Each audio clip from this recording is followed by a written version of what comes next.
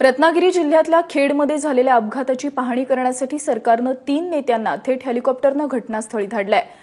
विधान परिषदेचे विरोधी पक्षनेते विनोद तावडे, रत्नागिरीचे पालकमंत्री भास्कर जाधव आणि आरोग्यमंत्री सुरेश शेट्टी हे घटनास्थळी जाऊन अपघाताची पाहणी करणार आहेत, जखमींची विचारपूस देखील करणार आहेत आणि आज संध्याकाळी या दौऱ्याची माहिती सभागृहामध्ये देणार आहेत। रत्नागिरी जिल्ह्यातल्या खेडजवळच्या जगबुडी नदीच्या कोरड्या पात्रामध्ये एक खाजगी बस कोसळून 37 जणांचा मृत्यू झालाय। यात 7 महिलांसह 30 पुरुषांचा समावेश आहे। त्यातल्या 17 जणांची ओळख पटली आहे तर 10 जखमींना रुग्णालयामध्ये दाखल करण्यात आलंय। त्यातल्या दोघांची प्रकृती चिंताजनक आहे। महाकाली ट्रॅव्हल्सची ही बस गोव्याहून मुंबईच्या दिशेने येत असताना हा अपघात झालाय। आपण ही रेस्क्यू ऑपरेशनची दृश्य पाहतोय।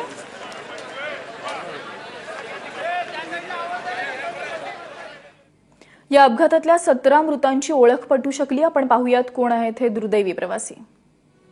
गुरुदत्त माने, संतोष राठोड पोलादपूर, फिलिका फर्नांडिस गोवा, मिथुन पेडणेकर, रवींद्र सावंत अंधेरी, हरबश यादव दिवा, प्रकाश तळवटेकर, प्रकाश पवार दक्षिण गोवा, इंस्ट्यू फर्नांडिस, सेविनवेती फर्नांडिस सांताक्रूज, बॅप्टिस्ट फर्नांडिस संभाजीनगर, राम बहादूर गुप्ता ग्रँट रोड मुंबई, बॅप्टिस्ट फर्नांडिस कणकवली, इंथोजे डिसूजा, शैलेश हळदणकर अंबरनाथ, पॅट्रिक मेंडिस गोवा आणि मिर्झा बेग ही आहेत मृतांची नावं। रत्नागिरीतल्या खेडमध्ये झालेल्या अपघाताचे पडसाद आज विधानसभेमध्ये देखील उमटले। विधिमंडळामध्ये प्रवेश करण्याआधी कोकणातल्या समस्त नेत्यांनी या प्रकरणी सरकारला धारेवर धरण्याची तयारी केली होती। परिवहन अधिकारी आणि खासगी बस कंपन्यांमध्ये साटलोटं असल्याने वाहतुकीचे नियम पाळले जात नसल्याचा आरोप विधानसभेचे विरोधी पक्षनेते एकनाथ खडसे आणि विधान परिषदेचे विरोधी पक्षनेते विनोद तावडे यांनी केलाय। तर या अपघाताची न्यायालयीन चौकशी करण्याची मागणी खडसे यांनी केली आहे। मुंबई गोवा महामार्ग रखडल्यानंच दरवर्षी अनेक कोकणी चाकरमान्यांचे बळी जातात, त्यामुळे या मृत्यूला सरकारी दिरंगाई कारणीभूत असल्याचा आरोप आमदार विवेक पंडित यांनी केलाय।